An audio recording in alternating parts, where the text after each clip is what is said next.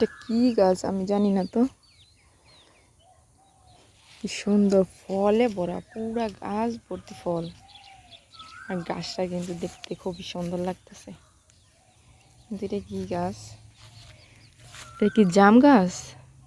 এই যে জাম হয়েছে, এই যে জামের কালার ফল, এই যে জাম, এই যে জাম। ভালো হয়েছে। জাম গাছটা ছোট থাকাই ভালো, কারণ জাম পায়রা খাওয়া যায় না। এখন এটা থেকে আমরা জাম পেড়ে খেতে পারবো। এখন আমরা ছিঁড়ে ছিঁড়ে খেতে পারবো না। এই যে, এই যে একটা খান, খাইয়া দেখেন, খেয়ে দেখতে পারেন কেমন।